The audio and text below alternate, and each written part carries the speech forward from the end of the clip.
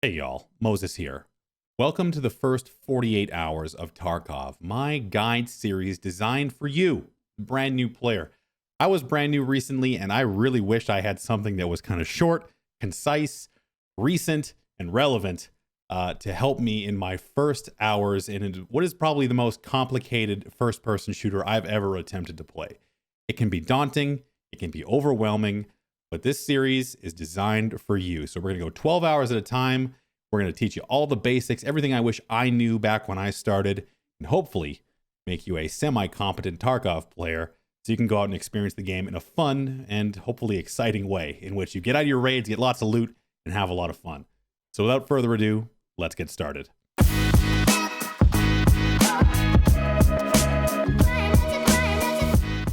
All right, welcome to Escape from Tarkov. This is likely what you're seeing for the very first time as soon as you log into the game. And this might seem simple right here, but there's actually a lot to look at. So before we get into the actual escaping and the trading and the hideout and everything like that, we're going to jump into the very first thing, which is going to be your settings. This is where you're going to want to spend a little bit of time and just make sure that you understand what is what in the settings menu. Now, I'm not going to go one for one. Some of the stuff might seem a little confusing, like your scope, switching scopes, magnification, that kind of stuff. If you've played first-person shooters in the past, make sure you're setting up your controls in a way that is moderately familiar to you. Don't spend too much time in here because as you play the game, you're going to want to start customizing a little bit more once you realize what's important, what's not, and making sure that your controls are as accessible to you as possible. As far as the graphics settings are concerned, I'm going to leave this up on the screen. This is what I play with. I have a relatively high-powered computer, so this might not be exactly what you can play with. I play in borderless just because I spend a lot of time alt-tabbing out of the game, and you probably will as well. So even though it's not necessarily the most maximum performance mode, I would probably play on borderless, and I'll get into why in just a few minutes. As far as the sound settings are concerned, I would recommend turning down your interface volume to a percentage around here. The interface can make a lot of noise, and sometimes if you're in the game and you're clicking around, the interface can cloud sounds like footsteps and other stuff happening, and you're going to be in your interface a lot, especially when you're looting, and you don't want to have this covering potential footsteps. In the game settings, there's not too much in here. You can change your name to whatever you like, as well as just, changing what's in the background. You can have factory in the background if you want that, random, etc. So this is relatively simple. I play on an FOV of 75, maximum FOV. More vision is good in my opinion. I turn head bobbing all the way down because I don't want to barf all over the place. And having the auto RAM cleaner here as well. This will clear your RAM out and prevent you from having to do it yourself. So just make sure that's enabled. Not sure why mine wasn't, but here we all are. So save that, and you're back in the main menu. So from there, let's jump into the character screen. This is where you're going to find your inventory. Mine is messy because I just got done a full day of raiding, so I haven't had a chance to sort it all out yet. You're going to be spending a lot of time in this screen. This is where you set up your character. You drag your weapons into the weapon slot. You have your melee. You can, put your weapons wherever you want. You can put your backpacks. It's kind of intuitive there. Body armor, rigs. This is how you set up your character. So once you get familiar with that and what goes where, we'll spend more time in this screen in the next videos, but I just wanted to give you this brief overview. You can jump into your overall. You can see your different stats. Do not worry about your stats right now. I have a relatively low survival rate. I'm still new to the game. I think about it sometimes, but I recognize that it does not matter. It doesn't matter. Don't worry about your KD. Don't worry about any of this stuff for now. Just get familiar with it. You can, see some interesting stuff here. The type of players you're killing, that type of thing. And beyond that, you'll be able to see your skills tab, which you should familiarize yourself with as well. Just read the different skills, see what they do. Just kind of get an understanding as to how they affect your character. Some of this stuff isn't available yet because it's just not in the game. They'll be grayed out. So there's lots more skills coming down the line as the game continues to be patched and improved. In your tasks, you'll see the current tasks that you have ongoing with the different traders. So speaking of which, let's jump back a menu into the trading screen and take a look at the traders. So these are the folks that'll be giving you your quests and where you'll be buying a lot of your gear as you progress through the trader levels. Every trader has levels 1, 2, 3, and 4, or the crown, the max trader level. you're going to have level 1 everybody. And you can see here, this is what's accessible to you. You have some guns, some equipment, some weapon parts, some quest items, which are typically with this special kind of little orange tag. That's typically a quest item. So that's where you'll be getting most of your quests. You'll be clicking over to tasks, accepting the quests, and this is how you're going to get started in the game. Every quest has upside and downside. Like some of these guys, you'll see you have the different rewards, but some of them also have like negative trader effects on others, because it's a MMO style game where there is a story being told. So if you do something for one trader, it might affect your standing with other traders. It's not too impactful just yet, but just something to note, that sometimes people will get mad at you for doing quests for like skier and that kind of thing. Beyond that, let's take a look at the flea market. You're not going to have access to this as a brand new player, so I'm not going to spend too much time with this just yet, but this is where you can buy stuff from other players. It's going to be a lot of blacked out and grayed items. You're not going to be seeing a lot of the descriptions. You have to discover everything. The shortcut to doing that is using your middle mouse button on the grayed out items. Just click your middle mouse button on it. It'll inspect it, and that's the fastest way. Just go through all of this stuff, inspect it all, and you'll get free experience. It might even kick you up a level if you're lucky. But just go through all the different traders that are available. Jaeger will not be. Don't worry about that. We'll talk about that later as well. Let's just try and keep it focused on the basics. Hideout, we're not even going to talk about this. Well, I'll show you what it looks like anyway, just so you understand what it is. This is kind of like your home base. You have to customize it yourself. It's probably just an empty dank hallway for you right now. That's totally okay. This is something you're going to work on slowly over time, but the more you build it up, the more benefits you'll get. There's a lot of great resources on the hideout, but we're going to save that one for later. Just something to keep in mind looking forward, and I'll talk about why in just a minute. So now we are left with only one option, and that is the Escape from Tarkov screen. You click on this bad boy, you're going to see a picture of your character. Mine's naked right now because I died in my last raid, and you have the scav. These are the two types of games. This is your guy. This is where you're leveling your skills, you're getting loot, and you have the scav. So this is an important choice to make. So as a scav, you're a local bandit. You have a random set of gear, and Tarkov is your home. Literally, you can do whatever you want. You can run and try and kill players. You can just loot and try and escape. I use scav runs to make money. That's why scav runs are so useful, and they're going to be critical in your early games. You're going to want to use this scav run as soon as it's on cooldown and try and get in and make some money. So we'll talk about how you can do that in a minute. It kind of might feel like I'm kicking everything down the road, but getting used to the menus is just the beginning. So let's say you want to actually play a game, okay? And it's very daunting. There's lots of different maps. You have interchange, customs, woods, factory, reserve, and shoreline. And where you're going to be spending most of your time is actually going to be on customs and interchange, at least in the early days. This is where most of your early missions are going to be, and this is where you're going to be spending most of your time. So before you do anything, pick customs. Make sure you're picking the daytime. You do not want to go at night. Do not play at night. Avoid it like the plague. It'll be terrifying and difficult, and is probably not going to be very productive either. Pick a daytime raid. You're not going to have a map. We'll talk about the resources stuff towards the end of this video, but just don't worry about the map, and select Enable Offline Mode. This is going to be your absolute best friend for your first couple of hours playing the game. Don't play a regular raid. Enable Offline Mode. Don't even enable PvE.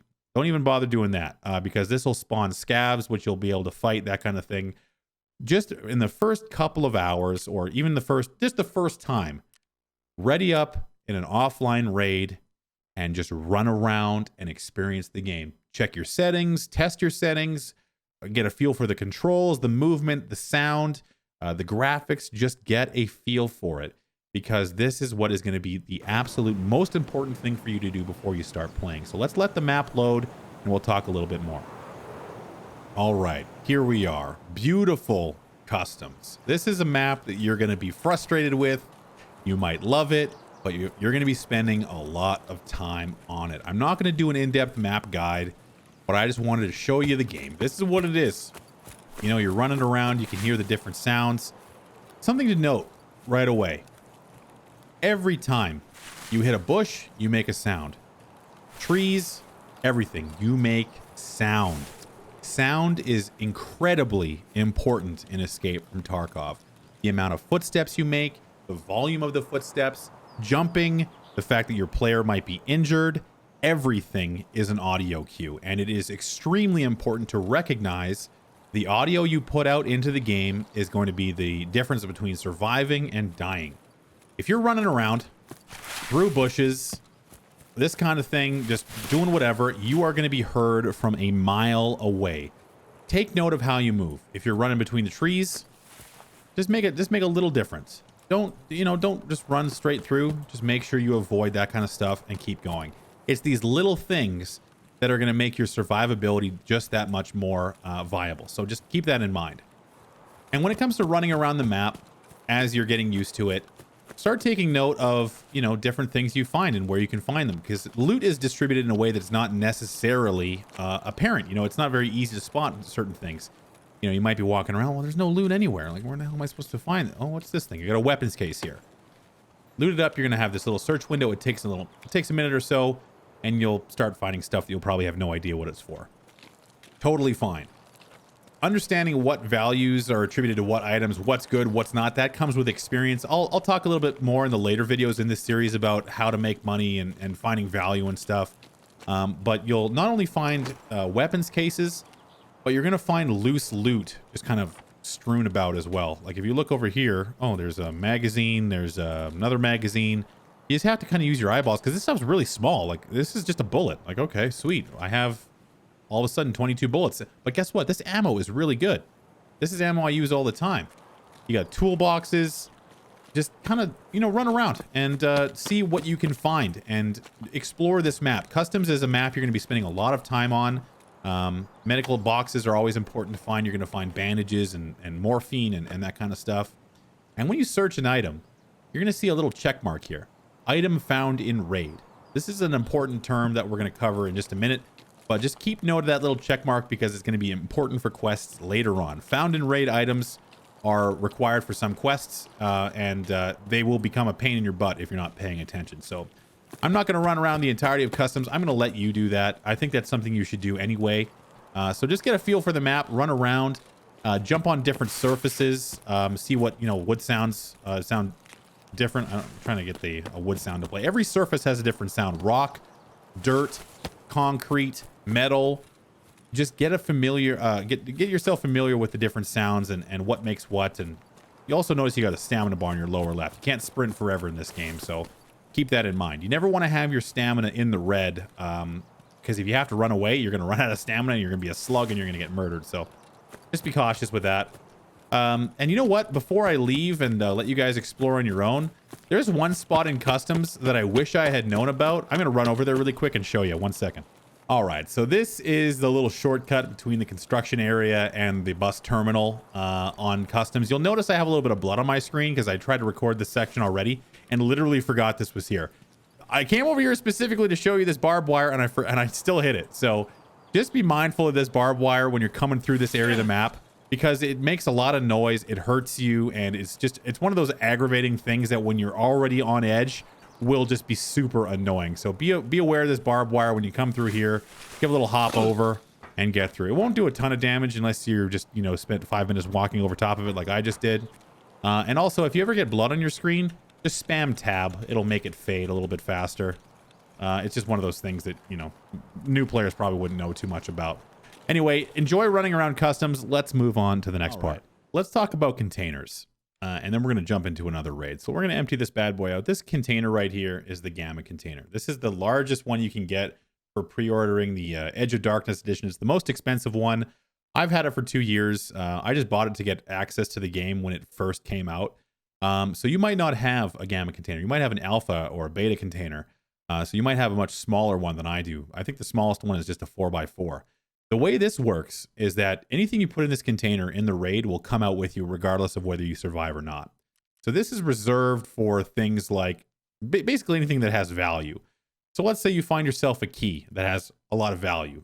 You're not going to know this, but if you look at the value of this key, it's 549,000 rupees. That's probably more than you have in your stash right now. You want to put that in there because if you leave it in your pocket and you die, someone else is going to get that thing. So make sure if you find anything valuable, even though knowing what's valuable is going to be a lot of a learning process as well, make sure you're stashing it in your gamma container. Something else to consider is when you're making your first couple of loadouts, don't go crazy. You're going to have lots of stuff. If you pre-order the game, you're going to have, well, something in your inventory. You might have armor. You might have a nice helmet. It might look like it's really useful. But if you're wearing it in the raid and you die, which you're not getting it back. So don't take anything into the raid that is super expensive while you're learning. All right, so you've done your offline raid. You ran around. You have a good idea for customs. Now it's time to put on a gun and go back into an offline raid. And this is something I recommend you continue to do until you're familiar with the map and familiar with the gun mechanics, which we will go over. So there's a lot of different ways you can approach a basic loadout. On the level 1 traders, you're going to have access to some stuff. Ragman sells, I believe at level 1, the soft armor for 18,000 euros. I would recommend at least taking this in with you because it'll protect you against scav bullets. Just for the sake of practice, you're going to be using this. It's a class 2 armor. It's not going to be very good in raid. It's basically loose leaf paper for anything that is not a scav bullet because they typically don't use that grade of armor. So pick yourself up one of these and this helmet here. This helmet is going to be a workhorse for you. Don't worry that this is like just a little bucket helmet. It doesn't look that great, especially compared to something else you might get later on, like these bad boys, where you have like a face shield and they're much more expensive, that kind of stuff. I still wear this helmet all the time. It has a high ricochet chance, and just, wear this helmet because it's cheap, it's effective, and for the most part, while you're playing the game, you don't want to be investing too much into high level armor. It's a great way to deplete your stash, and you don't want to put yourself in that position. You could also, if you want to, throw on some Comtacs or something like that. I would recommend the Comtacs over the Swordens or anything like that. It really is dependent on your preference for the sound profile. But the Comtacs are cheap. They'll increase your hearing range, and that is going to be often a big advantage. So when you're comfortable, start wearing these things into the live raid as well. But at least initially, maybe don't worry about spending too much stuff on this right now. At least while you're in your first hours experiencing the game, because you don't want to waste too much money on good armor, that kind of stuff. If you're still like afraid of every sound you hear. So throw on your little armor here. This is a realistic loadout, I think, for a brand new player. And speaking of realistic loadouts, don't gear yourself to the teeth in offline raids. You could throw on all sorts of great gear and go and murder scavs, and it'll be super fun. But as soon as you go into a real raid, you're not going to have that gear, or at least you shouldn't have that gear, and it's going to be a lot harder. So practice how you intend to play. That's my mantra. All right, we are back on customs. This time we are armed. We've even got a flashlight on our gun. Isn't that sweet? Something I forgot to mention. I'm going to go over meds and what to use and when in more detail a little bit later. But there's a few tips I'd like to give you. The first thing is use these cheeses. These are going to be your primary meds you're going to be using most of the time initially. And there's painkillers. These are the two items that I think are kind of the bedrock of any medical loadout. You need to have these in your pockets, or at least accessible to hotkey at any time. When you're hotKeying items, it's not hard. Just open up your tab menu here and just mouse over, hit 5 or 4 or 3 or 2 or whatever you want to bind your keys to. Something to note about the cheese, as it's called, it will always heal the lowest, like the lowest HP. So if you have, let's say, 3 HP on your leg and 50 HP on your arm, it's going to heal your leg first. So this is useful to use if you've taken a lot of damage to your lower extremities, or if you need to heal your thorax really quickly. And a note on damage: if your thorax or your head go to 0, you die. Your stomach can go to 0, your arms can go to 0, your legs can go to 0, but if your thorax or your head go to 0, you're dead.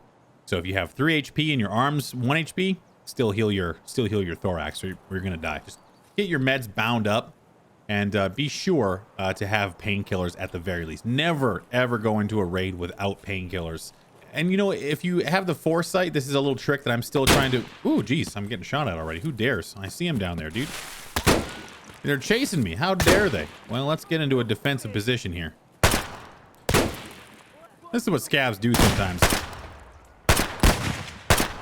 They just get a little aggro, but this is kind of good practice. If they get a little aggro on you, go for headshots. It doesn't matter what kind of bullet you're shooting, because I'm sure you're listening to all sorts of stuff about ammo grades and armor types and all this other stuff. If they've got their face exposed, doesn't matter what you're shooting, they're going to go down. So just practice your headshots on the scavs, get used to it, and don't worry too much about, you know, dying in offline mode. That's what it's for. It's all about practice. All right, there's something I forgot to talk about, and it's super important. This is what happens in Tarkov, man, is you get so bogged down. There's so many details to think about, you forget about the basics. Extracting. It's the most important part of the whole game, and I almost forgot to put it in the first video. How do you extract? Okay, so every time you load into the game, you're going to load into a certain place of the map, and you're going to be able to hit double O by default. So OO on your keyboard will open up your extract menu, and you'll see all the different things that you can, or all the different places you can extract. So they're not very descriptive. They just kind of tell you the name, and that's it. So don't be afraid about being confused, because I sure was when I started. This is where the outside resources come into play. So let's bring down the volume, and I'm going to introduce you into your very best friend, the Tarkov wiki. So here's a map of customs I just pulled off the wiki. I'll go back a page so you can see what it looks like. This is the Escape from Tarkov wiki. It has everything here. Let me come in here. It has everything here for you. It has quest guides. It has trader guides. It has maps. Like if you're talking about quest guides, let's just pull up a random quest that I was working on recently. It has reference photos. It has all the things you're going to need for it. It is a huge and an extremely important resource for every player. I use this every single day. But what I use it for the most, especially when I first started, was the maps. So on customs, this is the map they're going to give you if you bought it from Therapist. It's a waste of money. Do not buy any maps from Therapist. This is what it looks like. It tells you basically nothing, and is just not good. So if you scroll down, you'll have a much better option here to kind of scroll around. So for reference, I spawned right here. I'm in front of the big red building here, and on the map, you'll see it's called Customs or Big Red. That's what it's called. You can see that all the different extracts are labeled on here. So I have ZB1011 as my extract. If you scroll over, you'll be able to find it over here, ZB1011. So it's quite far from where I spawned, and typically that's how it works, is you'll spawn on the opposite side of the map from where you need to extract. This has scav spawn locations marked on there. It has all the different keys you're going to need, where you find different quest items. This is the type of resource you need to familiarize yourself with, because it is going to make your time on this map and every other map much, much better. Keep that in mind. Another resource that you're going to want to get familiar with is a guy I have on stream right now is Pestily. You can watch him at twitch.tv/Pestily and also on YouTube, youtube.com/Pestily. I'm going to hide myself now. This man is a walking, talking Escape from Tarkov encyclopedia. He has many of the records for the fastest to level 50. He levels accounts for fun. He knows every quest in the game, and he's arguably one of the most well-rounded and best players you can ever find. He's got a great YouTube channel. It's filled with resources. Check him out.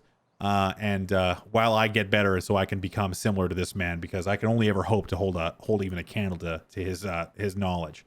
Your first 12 hours in Tarkov are going to be pain. It's going to be painful. It's going to be walking around confused and scared. And I did the same thing. I'm a veteran guy, like I mentioned. And I still was confused and afraid, and every sound was too scary. It's not going to be fun. You're going to die a lot. But eventually, once you get over that first hump, you're going to start to get a bit of a taste of what's to come.